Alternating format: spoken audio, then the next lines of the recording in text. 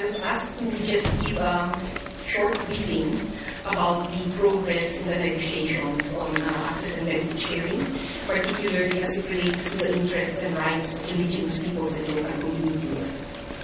By way of introduction, this top 10 is quite important for indigenous peoples. In broader contexts, conservation is being discussed in terms of how to address the critical situation of biodiversity loss, as well as the loss of cultural diversity or traditional knowledge. Likewise, the parties will be discussing sustainable use, and we are very interested in the issues of customary sustainable use, or Article 10C in the Convention. Of course, the focus of the negotiations are access and benefit sharing, which is the third objective of the CBP. And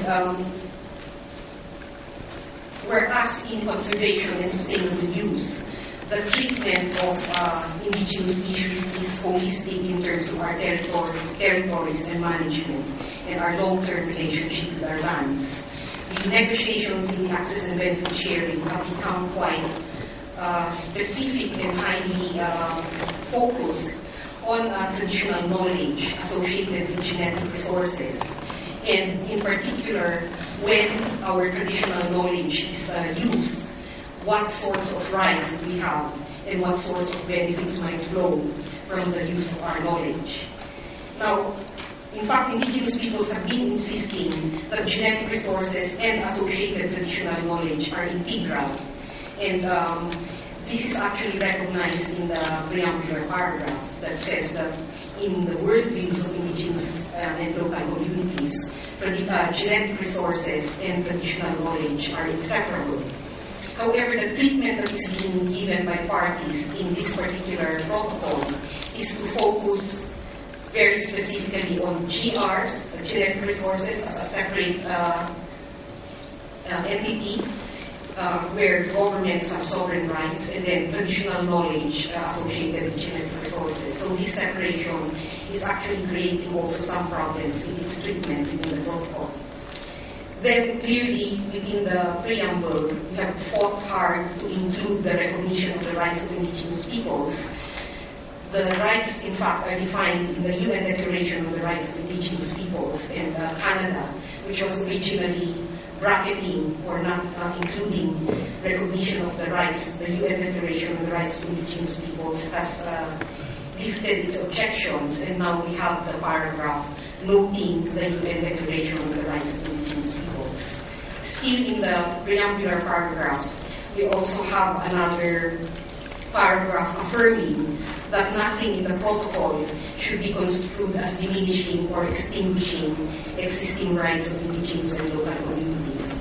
This is quite important for us because we are not parties to the negotiation, although we are present in the room. The final decisions are being made by parties.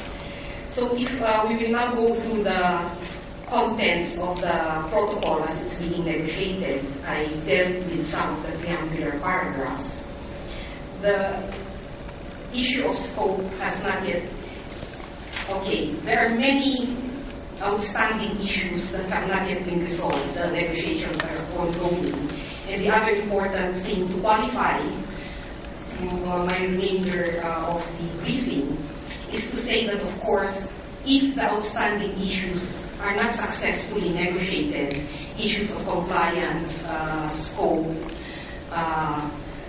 and measures to monitor the use of genetic resources and traditional knowledge, then all of the paragraphs which have been negotiated on traditional knowledge will have no effective compliance. So if the whole protocol fails in getting strong compliance measures, then indigenous peoples likewise will get nothing much out of this protocol. So while I'm running down where paragraphs are already agreed, we must bear in mind that big areas of the protocol remain unresolved, including the one on compliance.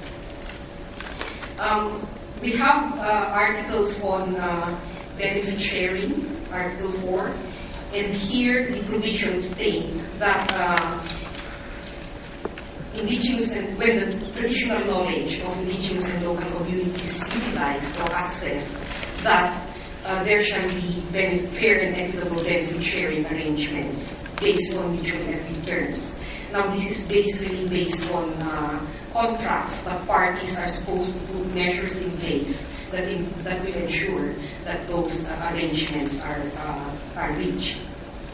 On genetic resources, there has been long discussion on this because, of course, the CBD puts genetic resources as sovereign rights of parties. However, in many countries, indigenous peoples also have rights to genetic resources when they're in our territories. And that's certainly true in the case of the Philippines. Therefore, we must not lose our rights to genetic resources under this protocol. And so there is an Article 5 piece that deals correspondingly with this and requires the prior informed consent of indigenous peoples when we have existing rights over genetic resources. So that's prior informed consent of the party and also prior informed consent of the community, in the indigenous or local community, when we have rights over these genetic resources. There is a standalone Article 9, which deals with traditional knowledge associated with genetic resources, and this puts in place a number of measures to be followed when access to traditional knowledge is happening, including respect for customary laws and community procedures. Now, with respect to this, again, this is being done in accordance with national legislation. So there is a danger here as to how well will parties truly respect our customary rights and procedures when, for example, dealing with the prior informed consent of indigenous and local communities. There is a big outstanding article here that's not yet settled, which is what will happen when our publicly available knowledge is used. That parties should actually take measures to ensure that benefit sharing happens. You know, there has been so much research that has been put and made available through books, other forms of media. In fact, this sort of ex situ traditional knowledge that has been already obtained from sources other than directly from the indigenous and local communities. There's so much of this out there that, in fact, there should be benefit sharing arrangements when this knowledge continues to be used. That paragraph continues to be under negotiation and is not yet agreed. In Article 12 on compliance, there are a number of paragraphs under Article 12 bis, which deals with compliance measures when, and this is particularly in user countries, when traditional knowledge has been accessed with big and mutually agreed terms. And when that is being used in user countries, what measures will that user country put in place in order to make sure that the conditions for prior informed consent and the mutually agreed terms are actually being adhered to. And as I said earlier in the introduction, it is now the compliance with those measures and exactly which measures have not yet been resolved. So that is difficult if we don't have compliance measures in place, including tracking through possible checkpoints, for example, intellectual property offices, if patents or developments are made that use traditional knowledge. So the remaining big paragraphs, Article 13 is indeed the one on compliance. So there will be one compliance system that will be put in place, not two parallel compliance systems. So we need to see how far parties will put in place compliance for tracking the utilization of traditional knowledge. So, of course, the negotiations were quite difficult because